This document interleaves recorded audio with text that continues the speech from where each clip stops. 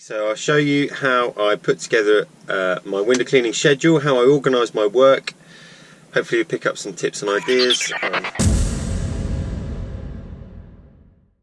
So when I meet a customer and I do the quote and they agree to the quote, some customers ask for their windows to be cleaned every 4 weeks. Some customers ask for their windows to be cleaned every 6 weeks. Now I know some window cleaners who work on a 4-week and a 6-week schedule, and every so often those weeks clash and they get a really busy period. So the way I do it is I do all my work on a 4 to 5 week rotation. I explain this to the customer, so it works out to monthly basically, and most customers are familiar with paying their bills on like a monthly basis. I've created a spreadsheet for my work, a series of spreadsheets. I've done this mock-up to show you, just so I'm not giving away any customer details.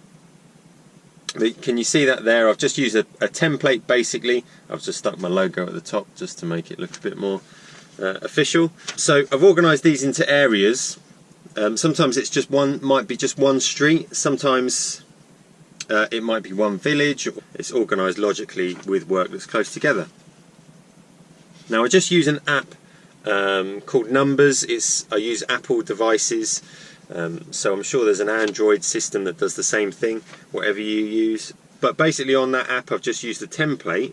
Now what's really good about this template is it just has a little tick column down one side here, so I can tick the jobs that need doing, and then the amounts are all added up automatically from the ones that are ticked. So that's a really good little system that's already built into the spreadsheet.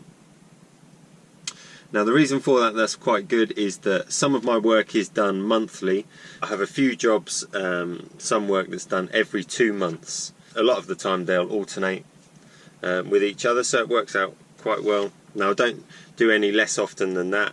I try and deter people from that.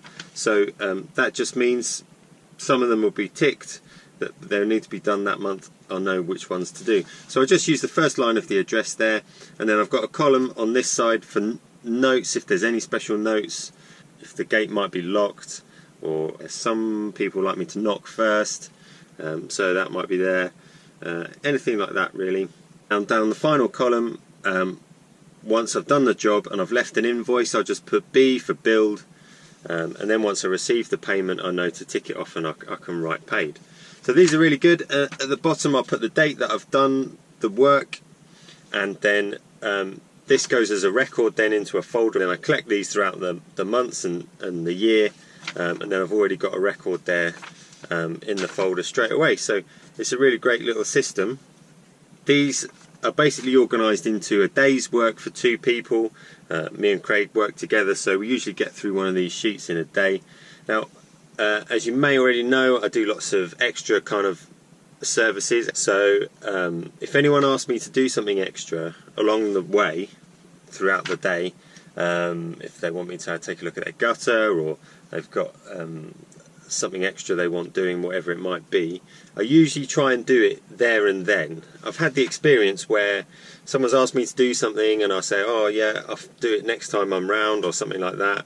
Then I schedule it in for next time round, and they've got their neighbour to do it, or their friend said they'd do it, and then I'm left, you know, without that job that I'd had planned in. So if someone asks me to do something up and I can do it there and then, I usually prefer to do that. That just sometimes means that a day's work can be pushed into the following day. That's just how it goes sometimes. So now across the sheet, I've got a dotted line across the sheet. Now last year I was giving some work to someone else to do, separate from me and Craig. So I was paying them a percentage. So I've got a lot of these sheets divided into percentages. So I've got an extra row there with a formula to calculate the percentage of the top half and the percentage of the bottom half, so they would know what they were being paid once they did that work.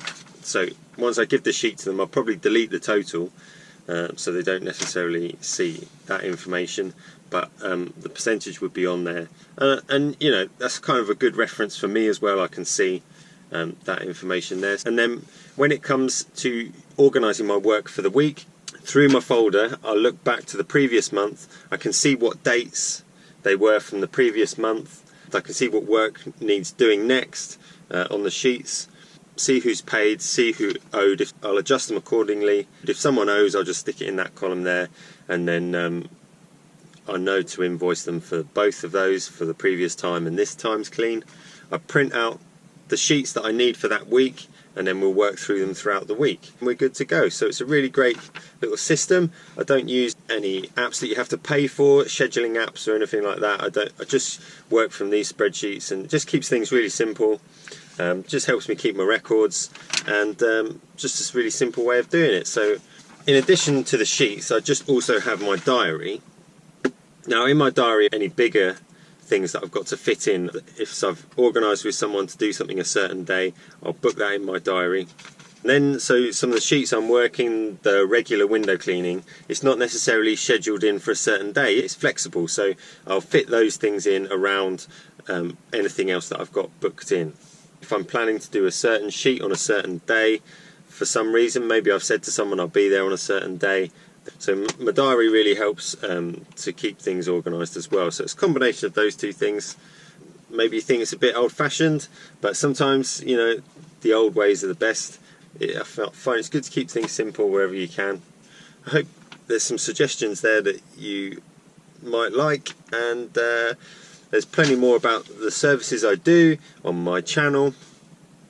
So thanks for watching. Hope to see you again soon.